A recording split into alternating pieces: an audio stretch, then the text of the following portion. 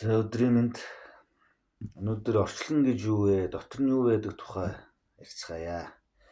Орчлон гэдэг бол ер нь бүх орон зай, огторгуй болон цаг хугацааг дотор нь бүх зүйлстэй нь хэлнэ. Физик үйл явдлууд, бодисууд ба энергийн хувьслууд одоо бүгдээрээ энэ багтж байна л гэсэн үг. Өмнө бид нар жишээ нь хар матер гэж ярьдаг байсан бол одоо хар энерги гэж ярьдаг болсон. Хар гэхээр муу муухай гэсэн утгаараа ерөөсөө огт биш.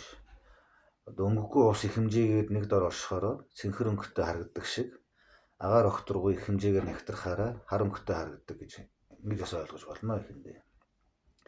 За манай дэлхийд 6 тэрбум жилийн настай бол орчлон хорвоог 15 орчим тэрбум жилийн настай гэж багцаалсан байдаг эрдэмтэд. Орчлон галактикууд, одод, гаригууд, сарууд, астероидууд болон сүлт однуудаас бүрддэг. Галактик гэдэг нь бол таталцлын хүчээр тогтож буй олон тэрбум оддын кластер буюу одоо бөөгнөрлийг галактик гэж хэлдэг. За харин одод гэхээр цөмийн түвшинд хайлуулж энерги үүсгдэг хийм бөмбөлгүүдийг үндсэндээ од гэж хэлдэг.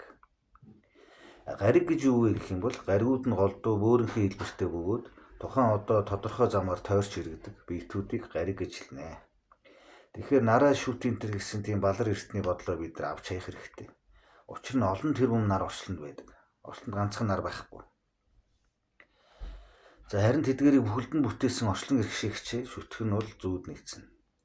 За тэгвэл сар гэж юу юм бэ? Сарууд гэдэг нь болохоор гаригтай төстэй, нартай ямар ч холбоогүй тийм шулуурхаг зүйлс. Гаригууд нь оддыг тойрдог бол сарууд нь гаригуудыг тойрч иргэлддэг. Хамгийн гол нь сарууд нь наруудын тусгалаар гэрэлтдэг. Өөрөөсөө ямар нэгэн гэрэл гаргахгүй гэсэн үг. За тиймээс одоо жишээ нь юу гэдэг нөгөө саран даваагийн үгэнд ороод нэг саран төрөвчээ угаагаад ирватаад үр хүүхдүүдээсээ чичиж зовж байгаа юм байхгүй. Ингэж бол амьдарч болохгүй шүү хүмүүсээ. За жишээ нь Юпитер гаригийг тойрдог Айо, Генемид, Тайдын чөлөө тийм 2-3 бас дагуу сарнууд байдаг. Нэр нь бол ерөөсөө чухал биш. Нэрийг бол одоо чийж өгч болно чимээр. Хин нэг нэр өгж байгаа шүү дээ. Тэгээс нь 2-3 томьёо сурчаал тэрийгээ бусдад гайхуулах гал яриад ингээл нэг юм ачин ийм нийгэм бас үүсчихсэн шүү дээ. Олон мөн чанар. За астероид бол сүлт оддууд бол ямар учиртай вэ гэхээр тэд нар ерөөсөө та нарын зөндөө сонсдогчлон одоо нэг хилтерхийн удахгүй дэлхийг ирж мөргөөд л одоо галуу юулч гэдэг юм уу. Ингээл энэ тэнд хөвж явж идэг димид хинжидэг юм шиг тийм хилтерхийнүүдийг гэж ойлгож юу болно. Гэхдээ нэг онцлог нь болохоор сүлт оддууд бол их хэмжээний мөс болон тоосонцруудыг байнга биедээ дагуулж хөвж явж идэг.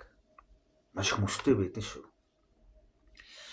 За ер нь бүх нарын одоо энэ нарны аймагуд болон супер тогтолцоотой энэ орчлон хорвоо нь өөрөө гинт оргуу хоосноос үүсэх ямар ч боломжгүй.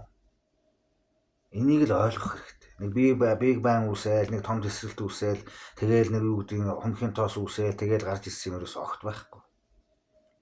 Оргуу хоосноос өөрөө гинт үүсдэг юм тийм байхгүй. Энэ чинь бүтээсэн өөрийнх нь орчлон гэрхшээгч бүтээгч бурхан гэж байна. За гол нь бүтээгчийг олж таних боломж бүхий тархины потенциалыг хүн хэмээгчт нь тодорхой лимиттэй заяатсан учраас бурханыгаа ингэж олж танихад тодорхой хэмжээний хүч хармалт шаардлагатай. Өөрөөр хэлбэл самрыг одоо хальсыг арилгаж иддэг шиг яах нь зүгээр л одоо бурхан чи гараад ирээ. Тэгвэл би одоо чамд итгэнэ гэсэн юм ээлжих шиг сарамгчин шиг юм яриад бодоод явна гэж бол ерөөсөө дүүрчгсэн тэнэг хүмүүсийн асуудал. Энэ бүх орчлон хорвооч өөрөө 7 давхар тэнгэрүүдийн донд завсар нь багтж идэг. Бүгд цаг хугацааны өөр хэмжээстэй. Жишээ нь хүний сүнс дээшээгээ 50,000 жилийн зай төөрдөг бол би урд нь ногоон лигдүү төвдүүд консалтингийн постн дээр зөндөл бичиж ирсэн. Миний 3,000 гаруй постыг уншдаг маш олон уншигч нар байгаа. Тэд нар бол одоо мэджил байгаа. За эдгээр олон тэрбум нарны аймагуудыг даашаа бүр 5 диважингуудыг хүртэл сахиусан тэнгэрүүд байж тогтоодог. Бүр ингээд одоо тэгэхээр өөрөөр хэлбэл сахиусан тэнгэр бэрдүүд чинь хүн шиг тийм нэг юм хүний сүнс шиг зүйл биш. Том жижиг нь тааварлахын аргагүй хэмжээстэй. Тэдгээр нь унтахгүй, идэхгүй, махан бийгүй. Тийм учраас ерөөсө 24 цаг хором секунд бүрээр таны хийсэн нүгэл буйны чинь ингээд бүртгээл баруун зүүн талд нь бүртгээл явж идэг гэсэн үг. За одоо жишээ нь сүнс гэхэр чи одоо урд өмнө хааныг үзэгдэж сонсогддог байсан бол одоо дэлхийн сүрхэн ойртохын хэрээр материалын ертөнц рүү 3 хэмжээс рүү орж ирэх нь бол эрс ихссэн шүү. Ийм болохоор хүмүүс та бид үхээ шороо болоод байхгүй болчих мэт. Нэг сүнс байхгүй, энерги байхгүй, зүгээр нэг махьяас тээж явдаг мэт ийм ахархан бодолтой амьдарч огтоос болохгүй. Яах гэж дэлхийд ирсэн, дэлхийд юу хийх ёстой, махан бие чи үхсний дараа хаашаа явахаа дахиж нэг бодоорой. За бака.